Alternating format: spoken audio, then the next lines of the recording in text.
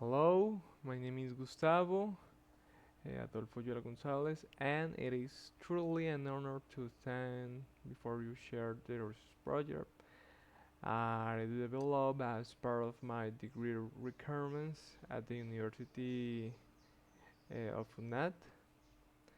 The title of my work is The Impact of Role-Playing Activities and Oral Fluency in Ninth Grade EFL students. This project was carried out under the guidance of my advisor Norma Suleima Garcia Fonseca, and it fits into the research line of qualitative classroom actions research within the School of Education Science. Today, throughout this presentation, I want to take you a complete journey through my research process, starting for developing identify in the classroom, moving through the theoretical foundations that supported my pedagogical decisions, planning how the methodology was carefully structured, describing the data collection instruments I use, and then presenting the results obtained, discussing what those results mean, and finally sharing my conclusion and reflections.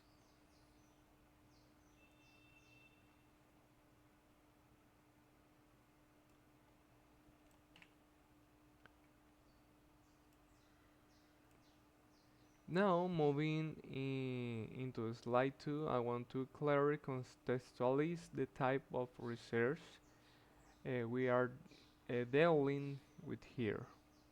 This project is classified a classroom-based Asian research study.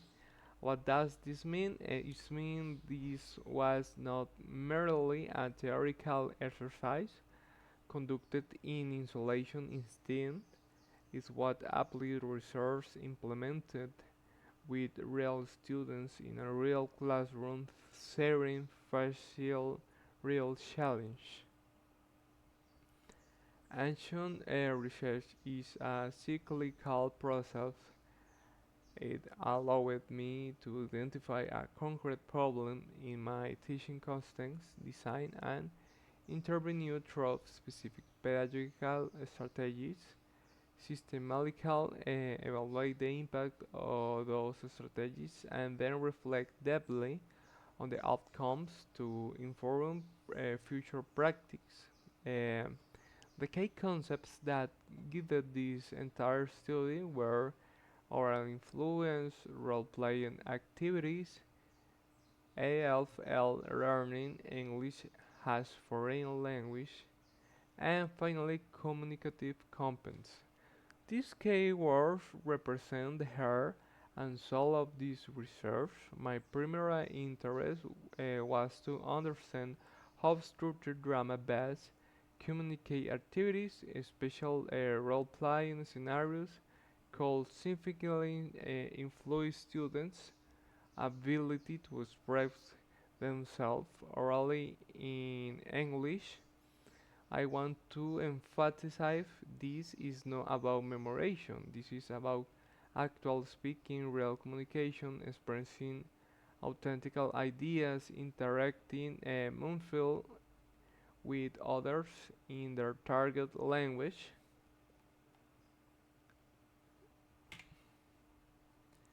So let's move now to the slide number 3.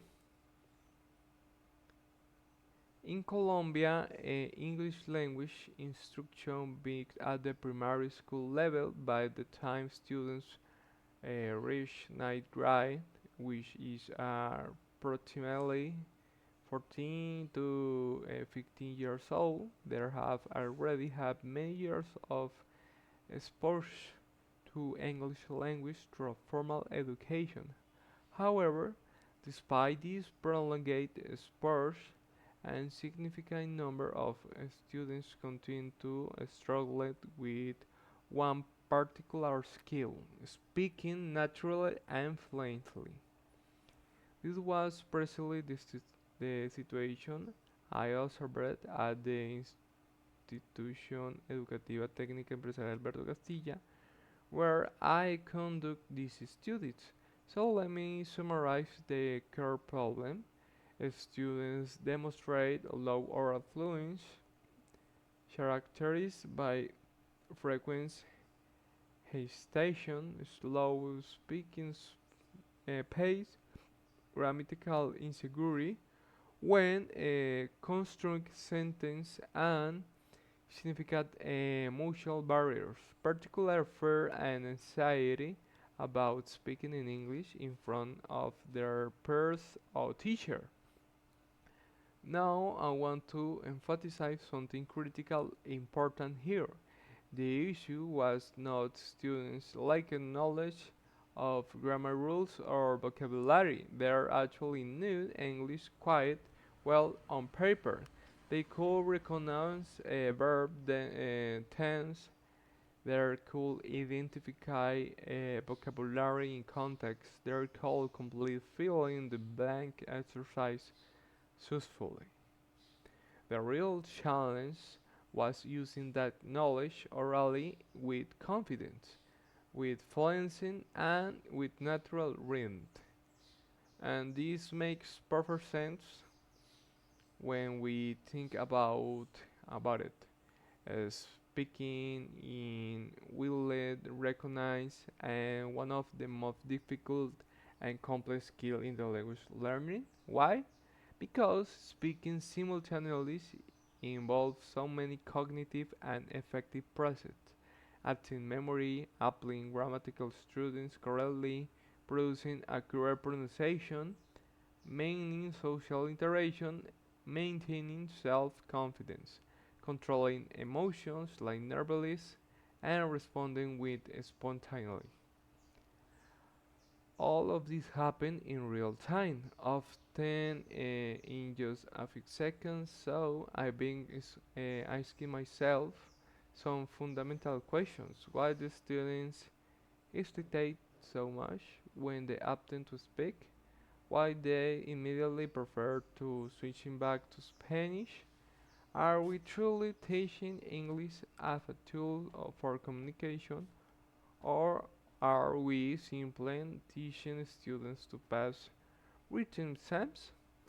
These questions become the physical and pedagogical foundation that eventually led me to design an intervention specifically based on role-playing activities. Why role-playing? Because role-playing simulates authentic real-world communication scenarios. Students take on role, they act waitings in restaurant, doctor, and clinics, customers in stores, tourists asking for directions, and within these scenarios, English emerges naturally as the necessary tool for communication.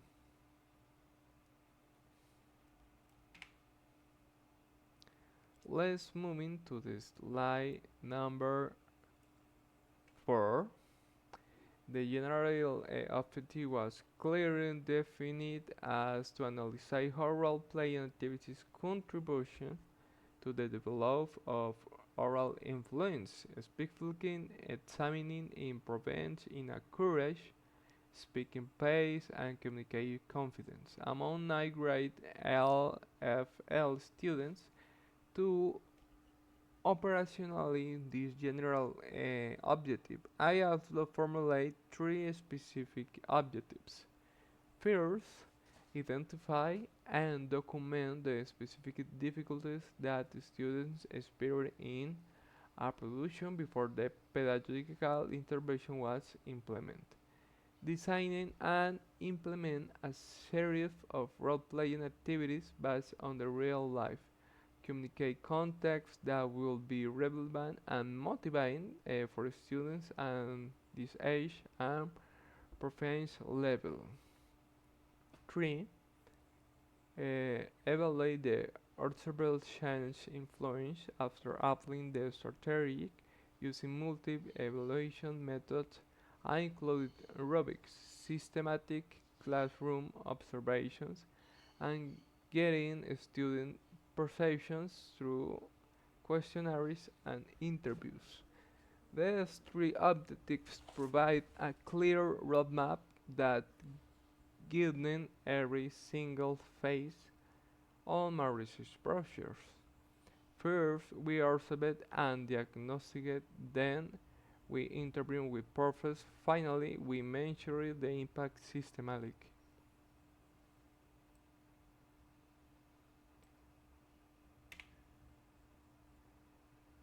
Now let's transition to slide number 5. The theoretical foundation is absolutely essential in any rigorous research process. My literary review was constructed upon the work of seminal authors in the field of sociolinguistics, communicate, language teaching, and second language acquisition theory. Let me give you through the key theoretical pillars. First, Del Himes in 1972 introduced the groundbreaking concept of communicate competence. Himes argued persuasively that knowing a language is not merely about mastering grammar rules and vocabulary lists. Instead, it is fundamentally about knowing how to use appropriately within a specific social and cultural context. This concept was later expanded significantly with Canal and Shine in 1918, who identified four interconnected components of communicate competence: grammatical competence, accuracy in form; social linguistic competence, appropriateness in context; discourse competence, coherence and cohesion; and strategic competence, compensation strategies. What this framework tells us in profound speaking language shuffling involves much more than simply forming grammatical correlate sentence. It requires social awareness, the ability to organize ideal, logical, and strategic skills to maintain conversation even when linguistic resources are limited. Next, we must consider Stephen Crouch's work from 1982, particularly is his affective filter hypothesis. Crouch explained that emotional variables such as anxiety, fear, and making mistakes, and strike at psychological barriers that literally block language acquisition. Conversely, when students feel relaxed, engaged, motivated, and emotional safe, the affective filters lower and authentical learning can flow natural. This is precisely why role-playing proves to be such a powerful pedagogical tool. During the role play, students stop often over grammar, rules, and verbs conjugation instinct. They being living the language, experience has a natural medium of communication. Additional scholars like Emery Hammer 2007 emphasizes that effective speaking activity must be meaningful, genuinely interesting, and truly communicate, not use mechanical drills.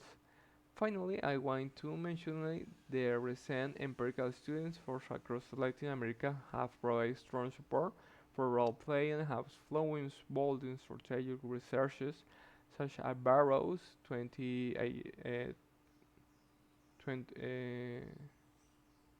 20, Garcia, and Lopez have all documented that role-playing activity significantly increase oral fluency activity and encourage students' participation and notably reduce fears of speaking. So the theoretical literature A clear and strong support to the pedagogical decision I made this research.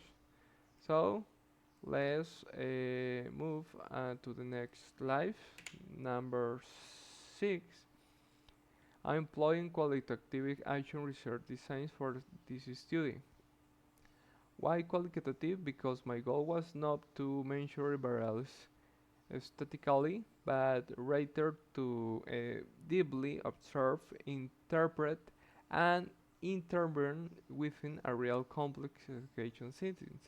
This participation consisted of 25 9 grade students with an average age of uh, 15 years old, according to the Common European Framework of Reference of Language. The SERF. These students were function and approximately A2 level, which represents basic user competence. The students took place with their regular English class studies at the institution, which allowed for naturalistic observation and authentic implementation. This research process was complete systematically through 5 distinct phases.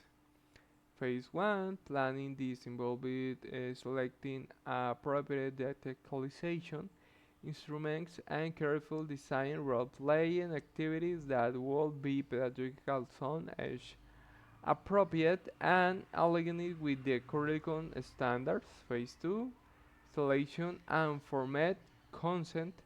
I informally informed both students and their parents about their research project, its objectives, and ethical considerations. Participation was voluntary and consent was documented. Phase 3, implementation. There was an interface phase where I introduced multiple roles play sessions integrated into regular class time over several weeks. And finally, not yet, sorry, phase 4, recording and observation during after session. I'm getting in systematic note taking video recording with permission and apply evaluation rubric to as performs. Uh, phase number 5, analytics. All collect data was very organized and analyzing using Atlas the software, which facility the coding process.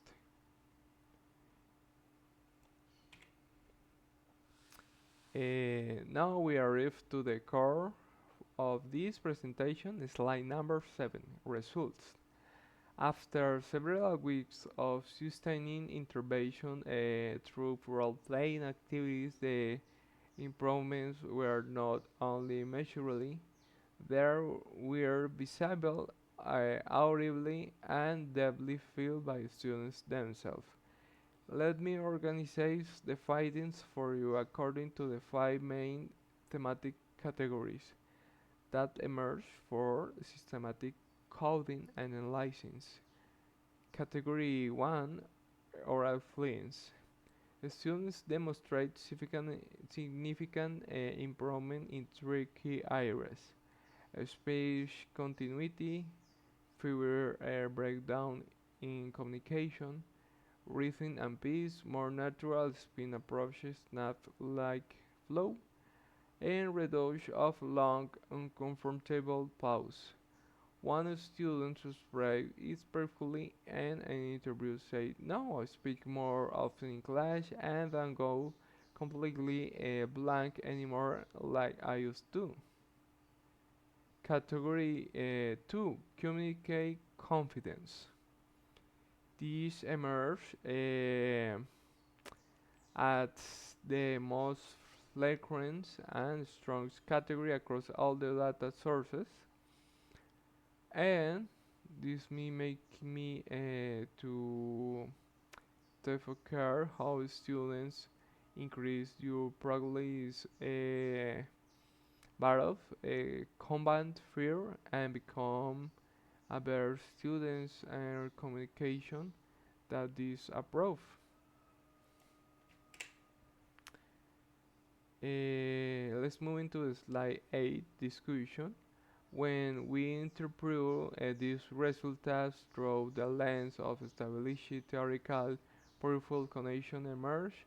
First, the fact that role-playing reduces anxiety and increases confidence, provides direct empirical support for creating a fixed filter hypothetics that students feel safe and play roles and make mistakes within a fictional frame. There are psychological barriers lowered and language emerge more freely.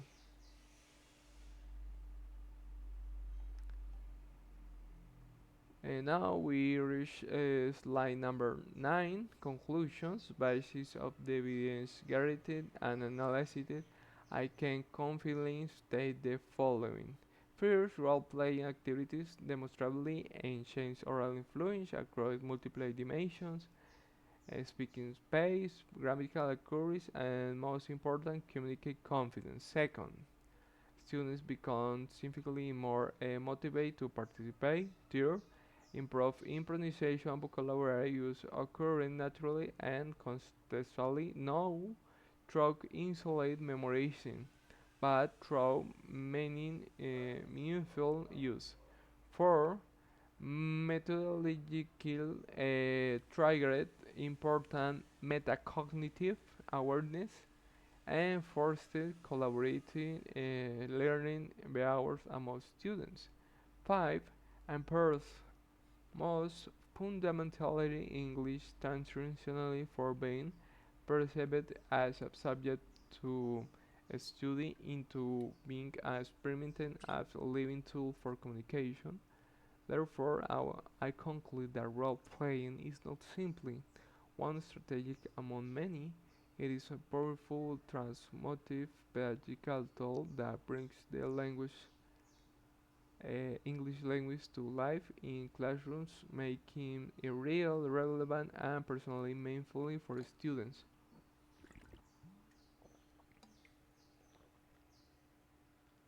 And finally, reference. I put the author's research and scholarly research that I gave for an informative research project. So, thank you. I'm now completely open to read your questions, respond your comments. So, thank you very much and goodbye.